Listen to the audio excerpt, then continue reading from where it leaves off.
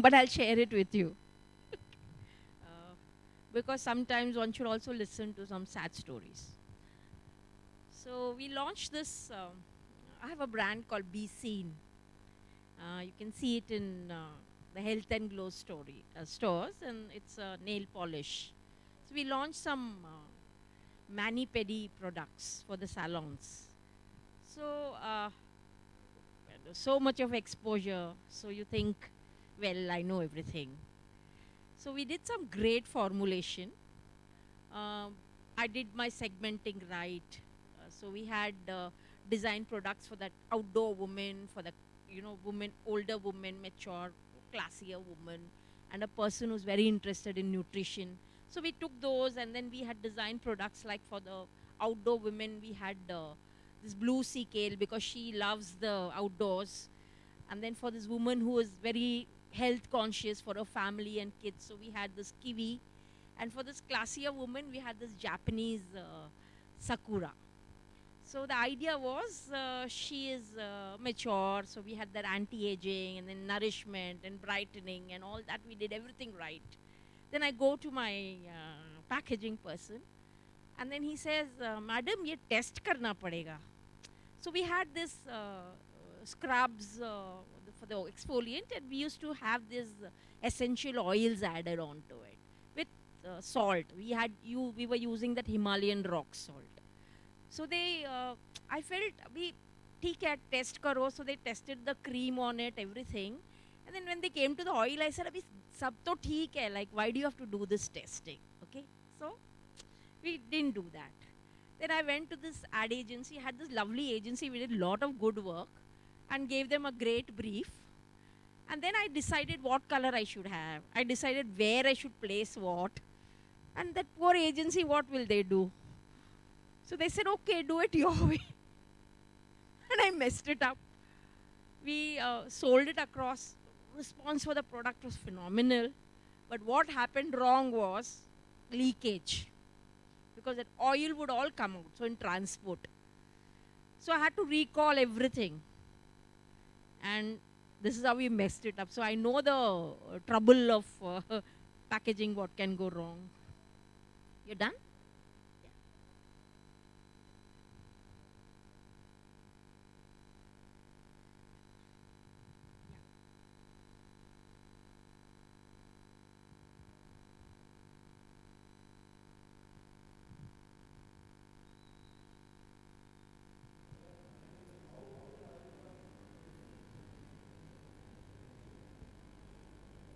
Why is it not opening?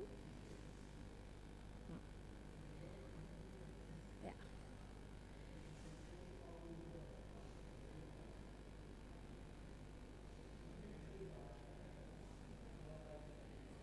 Okay. Okay, now I'm to speak on this take back and other initiatives for sustainable packaging claims. We keep on saying my product is sustainable. We looked at a global environment, and we just put together, it's a very short presentation. I'm not going to go into too much of detailing. Now, what is sustainable? Sustainable simply means that you meet your needs today, keeping in consideration the need of the next generation or what will be needed tomorrow. So you just don't go around doing whatever you feel. You should always remember there's a tomorrow. So simply it is put in three ways as defined. It's economic sustainability, it's environmental sustainability, and social sustainability. Or if you put it very simply, it's people, planet, profits. So whatever you do, it should see that the next generation, if you're doing any economic activity, it has to be sustainable for the profit of the next generation also.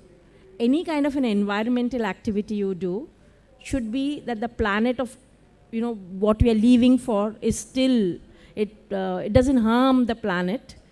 And social, whatever activity you do, doesn't have a negative impact on the planet. Okay, we are just looking into the packaging. We are only talking about the initiatives what we have taken in the packaging part of it, not the other part of it of the industry. These are just some numbers. 120 billion units of packaging is used by cosmetic industry annually. Just look at the number, 120 billion units. Every year we destroy 18 million acres of forest for cardboard and paper, for packaging, nothing else. 12 billion tons of plastic waste which we will generate by 2050. What we are going to do with it, we don't know. And this is taking into consideration all the attempts that is being made just now.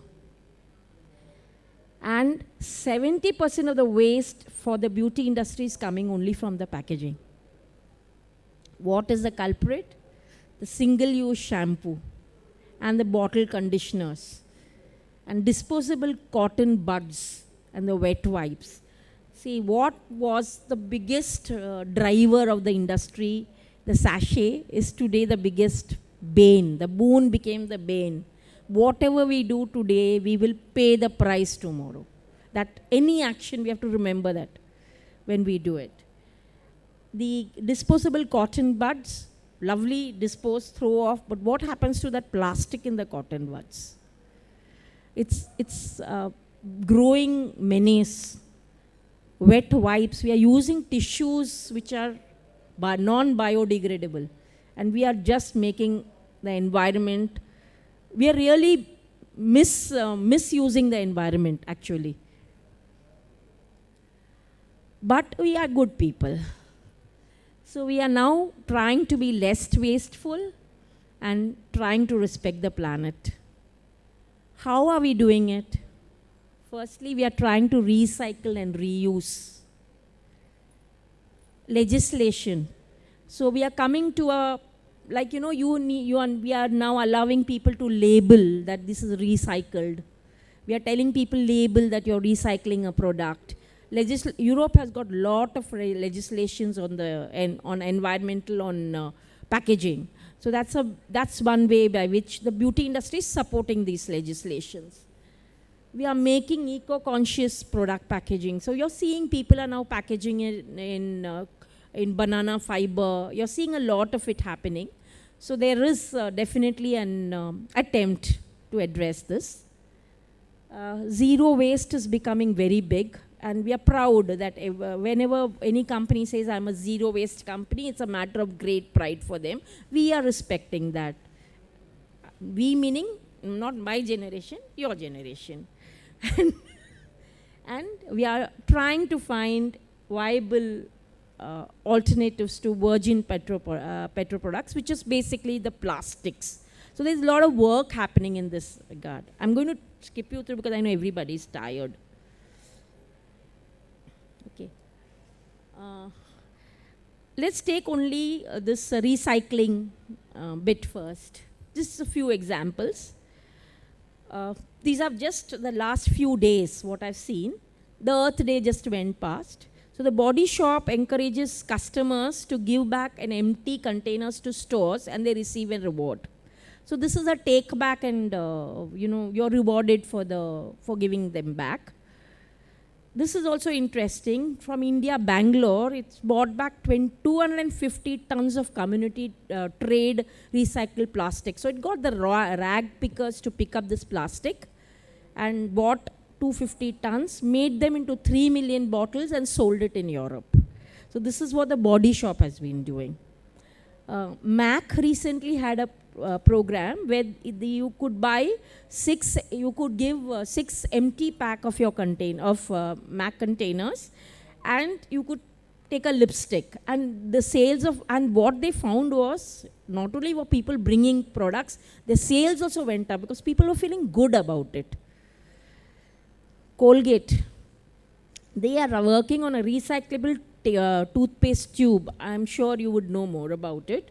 They will be launching this as 2020, and by 2025 they say they'll convert completely to recyclable tools. Can you even, how much SL Pack does? 4 billion tubes if you're able to change. That is one company is doing it. Can you imagine the amount of size of what could be the change? L'Occitane, which is our premium brand. They have launched, you can see the picture there, they have launched Eco Refill, and that has reduced their consumption by 90% less plastic. So it's no longer a cheap brand has to do it or something. Even a premium brand today can look at these initiatives. This is another very interesting one. If you see the right, on the right side, if you see this picture, this is a company called Seed Phytonutrients. This company was acquired by L'Oreal recently. What they have done is they have they have a pouch-like bottle inside, and the product is put inside that, and they're covering it with a fiber, paper fiber kind of a bottle. So the bottle looks beautiful from out, but inside it's actually this very light plastic pouch which they have kept. Along with that, they give you a packet of seeds also, which you can see there. Okay, so they say, okay, fine, we've done a little bit, we have spoiled the environment, now plant a, seed. Soapworks, again, what was referred to by Lush, but this is done by Soapworks. They have started, they've stopped with their shampoo bottles and they're giving it in the form of a soap. At least in my, when I was a teen, we used to go crazy over Dimple Kapadia with her one product called Crowning Glory, which was a soap which you had to use. And then there was one more, Swastik had one brand called Jai or something. That was again a bar soap for the hair. Now that's coming back. This is a very interesting concept, loop box. When years back, when we were kids, we used to have the milkman who will come and deliver the bottle to our house and take back the old bottle. So that is some concept. And that was happening all around the world. The plastic pouch packet came in. So now they are bringing that back and they are calling it the loop box. And what they have done is they have bought, this is a loop which you will see there. You order your products through that loop box. It comes to you in a box, box. That box is called the loop box. You put all your reused things into that. You send it back, it gets cleaned and it comes back. And 11 companies, with 300 units, different products. 11 companies meaning there's PepsiCo, Unilever, Clorox, Body Shop. All these people are a part of this. So there's a lot of collaboration going on. So 11 of these big